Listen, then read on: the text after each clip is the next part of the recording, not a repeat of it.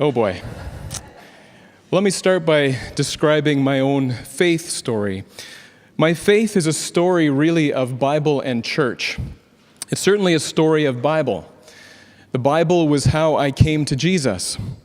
In a time of great soul searching and faith wandering in my early adulthood, I opened my Bible and began reading. I read the Bible in large chunks, all of Genesis in one sitting, all of the Psalms in an afternoon, all of Matthew or all of Paul or whatever it would be. I was binge reading the Bible. I would skip university classes to read the Bible. That's how desperate I was. But that's how I was introduced to Jesus, not for the first time, but as if for the first time. That feast of Bible reading, gorging myself on Scripture, profoundly shaped my approach to the Bible. Now I cannot read it just one verse at a time, or one passage in isolation. It also profoundly shaped my theology, centered on the story of Jesus, set within the story of Israel, and grounded in the story of God, the maker of heaven and earth. It also set me on a course that led to a university Ph.D. in biblical studies, in which a whole new world was open to me. Not the Bible as inerrant encyclopedia or comprehensive rule book, which was more how I had understood the Bible growing up, but the Bible as ancient literature, a library of ancient texts, each with its own background and context and reason for being. Because of this, the Bible became alive to me, and because of that, it still is. My faith is also a story of church. I grew up going to church. I've always gone to church. More than that, I've always engaged in church, participating beyond mere attendance. During that time of soul searching and faith wandering that culminated in my Bible-drenched baptism by Jesus, I was involved in a thoroughly ecumenical experience, much like this. Orthodox, Catholic, United Church, Baptist, Pentecostal, and more, all gathered together in a university student group through the Lutheran church that I was at that time a part of. This pull toward the church set me on a course that led me to seminary, a Master of Divinity, and a call to ministry. And eventually it led me to where I am today, as a pastor at a Mennonite church in southern Manitoba. So Bible and church, in many ways that sums up my faith. Even more accurate would be academic study of the Bible and active engagement in the church. These two have gone hand in hand for me in my own faith journey. I can't envision a faith without both academic study of the Bible and active engagement in the church. And this is why it grieves me when biblical scholarship is seen as an enemy of faith and of the church. Even more so when Christians learn a form of faith that doesn't engage the hard questions of the Bible, or even sees such questions as hostile to faith. And then down the road, many of those people come across those hard questions for the first time, and the road becomes rocky. We sometimes think of early adulthood as the questioning time of life, much as my own experience of soul searching and faith wandering.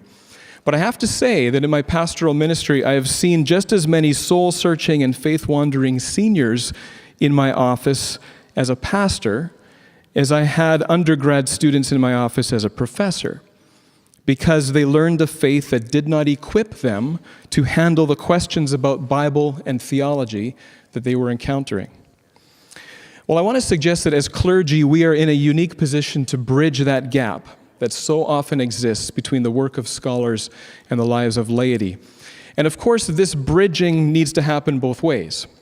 Scholars need to hear the questions and concerns of the Christians in the pew, just as much as those people in the pews need to hear what scholars are thinking, what questions they're asking, what research they're doing, and what conclusions they're coming to. And this is not just about Bible and theology. We as clergy, I think, are in a position to facilitate conversations between research and real life in the many areas that touch on our faith and life as Christians, from science to politics to ethics and more.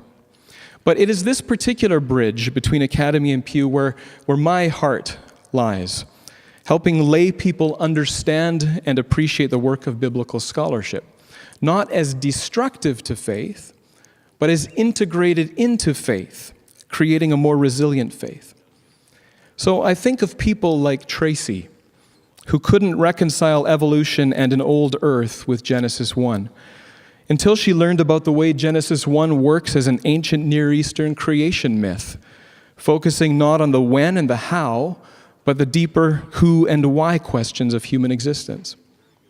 Or someone like Jim, who just about lost his faith over differences between gospel accounts of Jesus, until he learned how the Gospels work as ancient biographies, unconcerned with precise order of events or word-for-word speeches. Or Christine, who gave up reading the Bible after coming across some strong patriarchy and overt misogyny in the biblical text, and it is there, until she was introduced to feminist readings of Scripture, and the Bible once again became a vehicle for the voice of God to her.